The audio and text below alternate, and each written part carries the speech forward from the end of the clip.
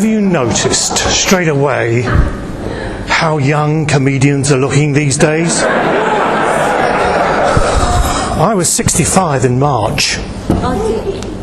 Oh. And you know, the onset of what I call true old age hasn't quite happened yet. You know that thing where you get up in the morning and you feel you like to wear a hat indoors all day. But I think it's going to happen soon. I noticed in the supermarket that little old men follow round little old ladies with shopping lists. So I said to my wife, would you like me to come to the supermarket with you? I could use my management expertise to help you buy better deals. Would you like me to do that? Would you like me to sort of supervise your life in the supermarket? And do you know what she said? She said, I would rather lay in the bath, cuddling an electric fire, why spiders are dropping from the ceiling. So that's a no then. And the other thing that fascinates me is post offices. Now I realise I've got to get into this now, because as I'm getting very old now I have to get into post offices. And I don't understand them. There are big queues of little old ladies. Now I've got nothing against little old ladies, I'm married to one. I've got nothing against little old ladies, but what is going on? And when does a little old lady become a little old lady? When does she wake up one morning and think, I don't think I'll put some Chanel behind my ears this morning. I think I'll pop down to Boots and buy a big bottle of Lily of the Valley. When does that happen? When do they actually turn into little old ladies? And in the queues, they're very good at queuing in post offices. They queue very well. They do. They queue very, very well. And it's a long queue, isn't it? Because the postal workers behind the counters don't like to work lunch hours. So there's a massive queue, and the little old lady gets all the way to the front of the queue, and she opens her bag, and the thing she wants to talk to the post office clerk about isn't in there, is it? No. But there is a photograph of her grandchildren. And she shows this to the post office clerk because he hates the rest of us and he doesn't care that we're queuing. So she shows him the photograph, and then what does she do? She turns round to the rest of us and she looks at the queue and she gives one of those special little old lady smiles. Direct eye contact with the queue, smiling away, because she assumes we're participating in her moment of happiness. But we're not, are we? We want to drag the fucking bitch outside.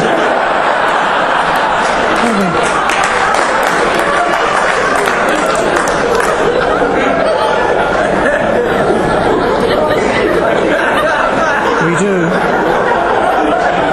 And we want to hang her from the awning outside. Don't we? And I think the law should be changed to allow us to do this.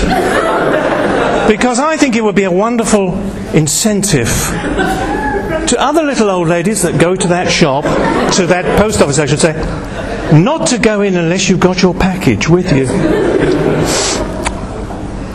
The other thing that fascinates me about little old ladies is their teeth. They have very interesting teeth. What do they do? How do they get these teeth? Do they go to the dentist And does he show them a catalogue? And he says, would you like to choose your teeth? Now, the number one model here with a slightly yellow tinge, slightly uneven, they're the best teeth. They make you look younger, but not too younger, much younger.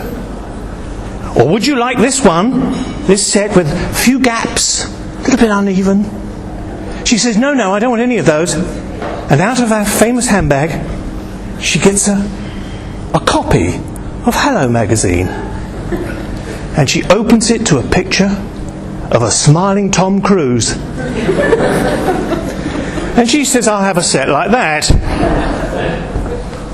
And that's what she does. And she orders them slightly looser fit.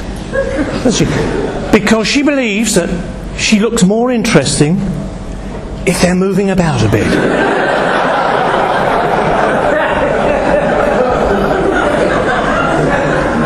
And she also finds that if she says any words beginning with CH or TH, they leap forward. Just like the alien. But I'm being unfair to little old ladies. I now want to move on to talk about little old men. What happens to little old men when they get really old is that they decide that though for the last 20, 30 years they've done without it, they like hair. They do. So, they grow their hair very long on one side of their head and they sweep it over the top. But before they do that, they do one other very important thing. They dye it jet black. It fools me, I can tell you. It does, it fools me. But some richer little old men, what they do is they go to the hair studio and they see a hair studio technician and they order their new hair. And they're very good at this. They like to order something which relates to when they were 25. When they were 25, they had chestnut brown hair. Loads of it, thick, loads of it. So they decide to choose something in ginger. And just to give it a flyaway look, they choose nylon. And for extra security, they have a flesh-coloured chin strap,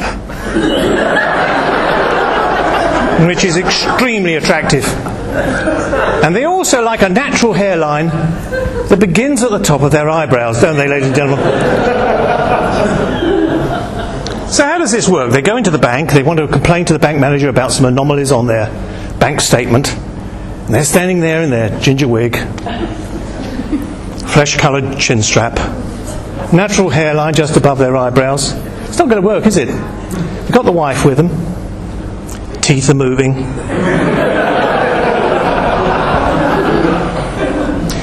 Dreadful. Very worrying times. I've also noticed that my trouser waistband is moving rapidly upwards. In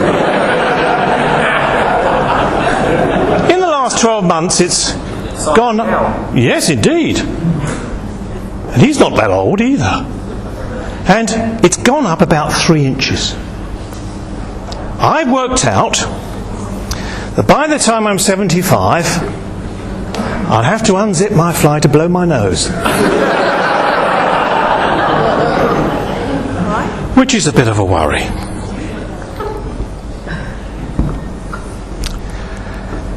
Now, for the older members of the audience here, and I can see that there's probably quite a few of you, I thought I'd just touch on Viagra. What a wonderful drug that is.